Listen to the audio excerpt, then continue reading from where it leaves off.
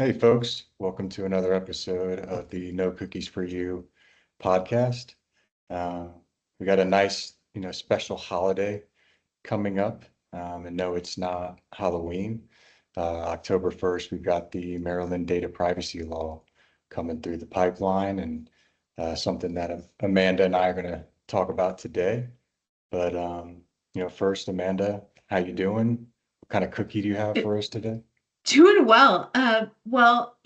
Everyone is talking about pumpkin spice everything because the second September hits, it's suddenly fall. It's not fall. It's still summer here. But I have a pumpkin cake cookie from Crumble, and I know it's going to be great. It's obviously going to be great. To complement, I have a pumpkin spice creamer in my coffee. So we are, just giving in to this pumpkin spice season. So, how about you, Derek? What do you got? Awesome. I've got some fudge mint cookie squares from Publix. And yes, I put them in the freezer. Uh, Obviously. but yeah, excited because I'm a big fan of like mint flavored stuff as well. Like Mentos, like huge fan of those things. So yeah, excited to dig into it. And I did want to ask, what's on top of the cookie that you have? It's like I think it's a cream cheese icing. I'm not sure. Here, let me check. It's a cream cheese icing and there's chocolate chips. Like bagel Yeah. cream cheese? Interesting. No, it's like um, have you ever had a red velvet cupcake where they put this like cream cheese flavored ice cream? It's icing that is cream cheese flavoring. It's like cream cheese based rather than being sugar based. I don't know. I mean, I there's got sugar in it, obviously, but um, and probably for people who actually bake, I'm probably totally screwing up the cream cheese frosting thing. you. But I think it is made with cream cheese. It's actually made with cream cheese. It's icing. It's really tasty. Yeah. Please don't cancel Amanda for um, not knowing the cream cheese velvet cake Right. ingredients.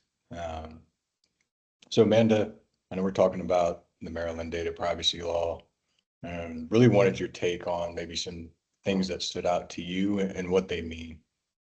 Yeah. So there are three things that kind of really jumped out. So one was the stricter um, data minimization. Like, so now Maryland is saying we only processing sensitive data for strictly necessary purposes and or really um, any personal data just for strictly necessary. And that's where I feel like there's going to be a little impact to, especially advertisers and people who monetize um, personal information. Like, I think that's going to be interesting to see how companies thread the needle on that. Mhm. Um, there's new, the sensitive data oversights. So regular reviews of algorithms and inferences involving sensitive data. And so I think that's going to, this new governance for algorithmic decision making, it's going to be interesting to see how companies operationalize. It's just so, as we've talked about before with any new regs, they're not tested, but this one, um, like what does that mean? It is, do they have to have a review for every algorithmic decision making model?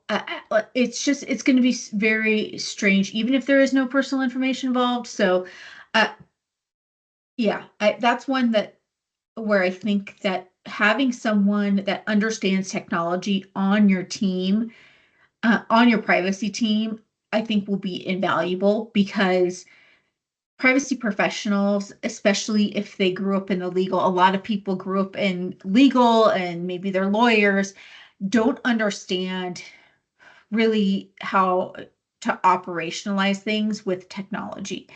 And also, you give them um, a SQL script, Mhm. and you don't know what it's doing as the lawyer. That's why someone who you can, of course, put it into Chat GPT, it'll kind of tell you what it's doing, but it's not always accurate and it's kind of nuanced. Or there are nuances with code. So I think having someone who really understands um, code and development will be invaluable for not only just your privacy operations, but um, especially where now we're getting into like more technical oversight. And if you don't already have a person, I think that you may want to consider someone for that role. The last thing that stood out before I ask you, like, what do you think, is children's data. So it's, Yeah. the threshold is now 18. So as we talked about before the show, you have to be able to buy cigarettes, vote. I think you said enlist in the military. Um, so that's pretty that's a pretty big deal. But also the language in Maryland says should have known, right? So I mean, if I have a website that mostly has children's content, I should have known that children are going to be on that website. So that's a going to be um, interesting to see how it's enforced, but also interesting to see how companies operationalize that. And like, where do they draw the line, right? Where do they say, no, we don't know, we have no idea, versus, yeah, we kind of have some idea that, um, you know, the Disney app, right? That's a lot of children's content. So like, what does that mean for them? So, Mhm. I this is an interesting law that I think it's going to be fascinating. And we have some privacy conferences coming up, just to hear how people have decided to operationalize it, because I think that's where the rubber meets the road. And we don't have all the answers here, but just things that stood out that you probably should keep a keep an eye on. How about you, Derek? What did you notice? Yeah, definitely agree with you about the like, minor data and it being like 18 and under. Um, and then something you alluded to too, like when I was reading it, um, and it's talking about data protection assessment for each of the controllers processing activities that present heightened risk of harm to a consumer, comma, including an assessment for each algorithm that is used. And like when I read that, I was like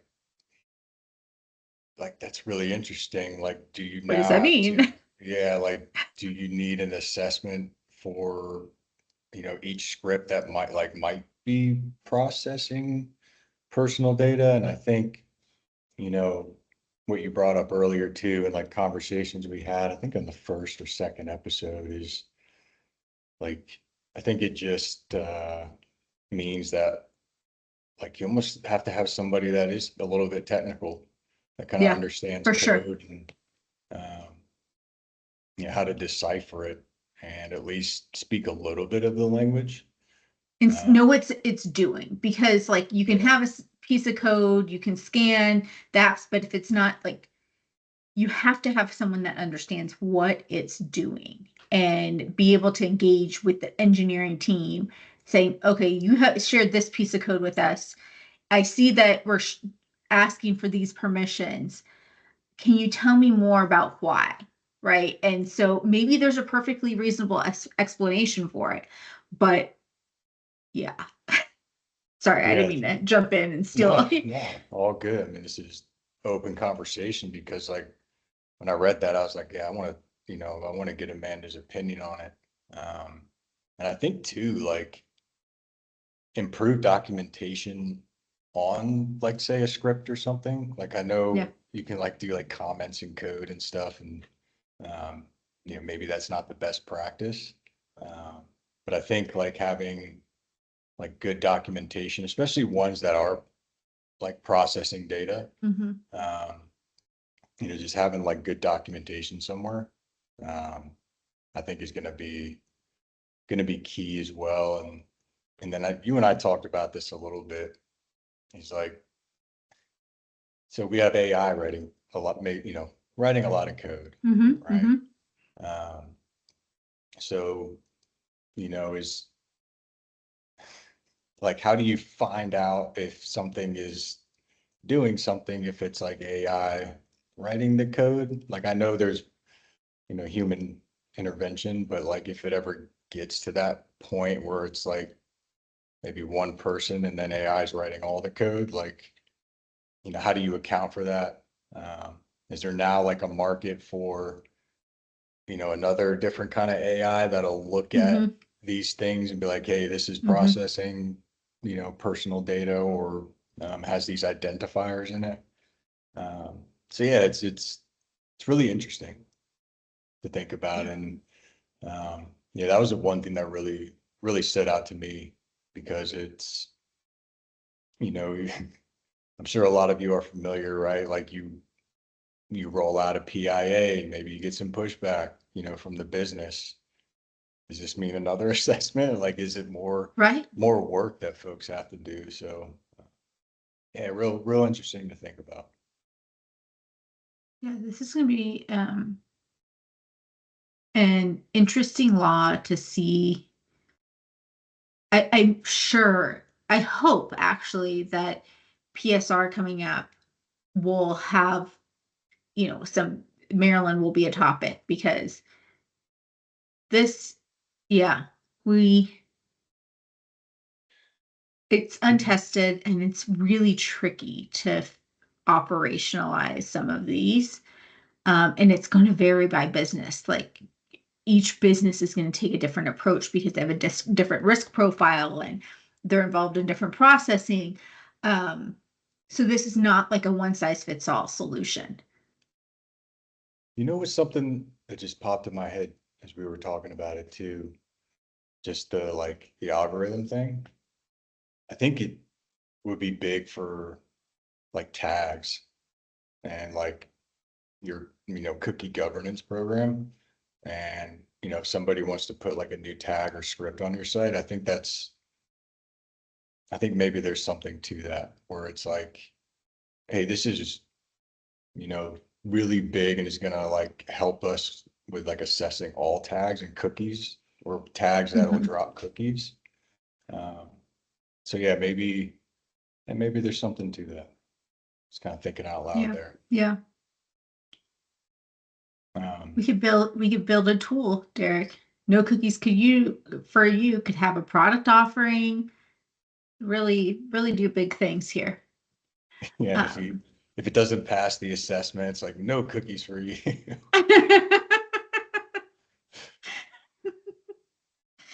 uh, so how is your cookie? Did you have Yeah, it's so good. Like I like the mint of it because I can like eat it and my breath doesn't smell too bad after mhm, eating it. mhm. So I'm not a super sweets person.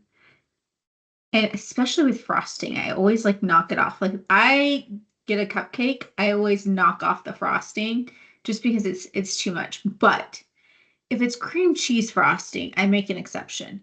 Um, for whatever reason, that goes down much easier.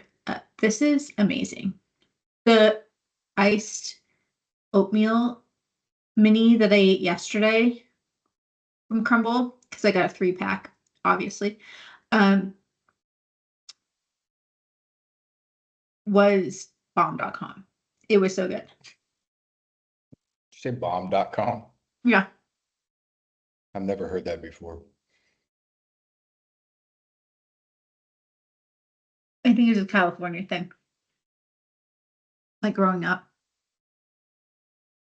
One more thing too about, um,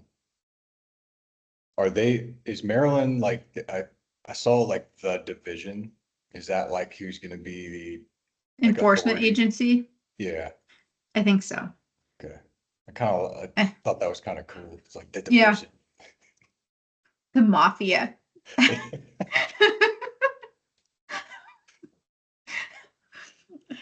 Sounds very cryptic. I kind of like it. Um, all right. Well, this is a great chat. I mean, I don't know if we gave a lot of answers, but we certainly threw out some ideas of things that we're thinking about. So hopefully that is helpful to our listeners, and they're also thinking about these things. Uh, so yeah, with that, thank you guys for listening. Yeah. Thanks, Derek, for the chat. Thank you, Amanda, and thank you for listening. Have a great day.